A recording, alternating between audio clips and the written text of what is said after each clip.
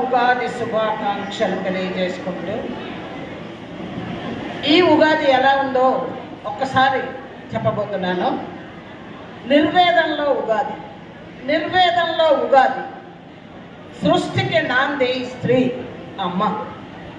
సృష్టికి నాంది స్త్రీ, యుగానికి ఆది ఉగాది.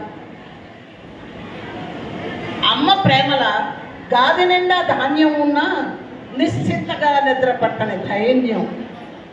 పగటి పూట గంప కింద కోడిలా ఎప్పుడు ఎవరికి బలైపోతామేమో అన్న భయం.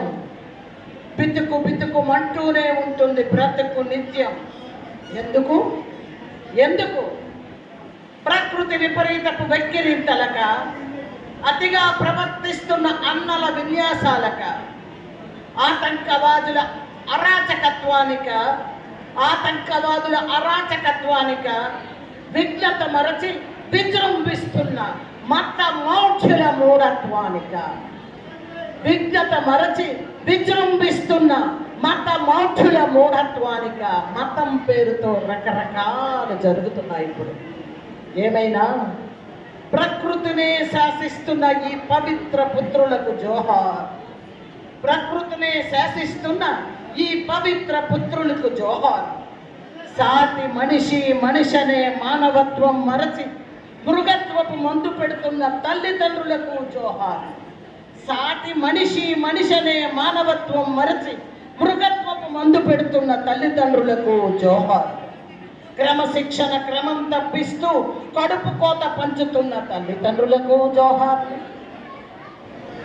ఊచకోతకు ఉన్మాద ప్రవృత్తికి బలవుతున్న అమాయక బిడ్డల తల్లిదండ్రులకు జోహార్.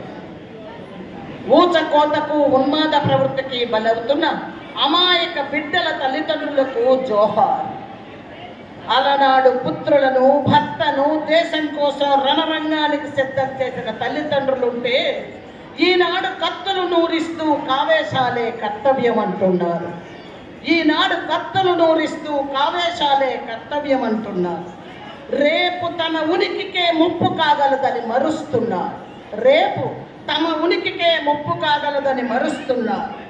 పొందు నష్టం పోరు లాభం, పొందు నష్టం పోరు లాభం అన్న విపరీతపు సూక్తికి ప్రాణం పోస్తూ, నేను కూడా ప్రపంచాగ్నికి సమిధనొక్కటి ఆహుతిస్తాను అన్న వాక్యాన్ని అవసరార్థం అన్వయించుకుంటూ ప్రపంచాగ్నిలో అసమానతల ఆద్యం పోస్తున్నారు. వారందరికీ మరోసారి జోహార్లు అర్పిస్తూ, నేను సైతం ప్రపంచ శాంతికి పౌరాన్నొకటి బహుకరిస్తాను అనుకుంటున్న తల్లిదండ్రులకు శ్రీ పరాభవ నామ ఉగాది శుభాకాంక్షలు తెలుపుతూ జోహార్లు, జోహార్.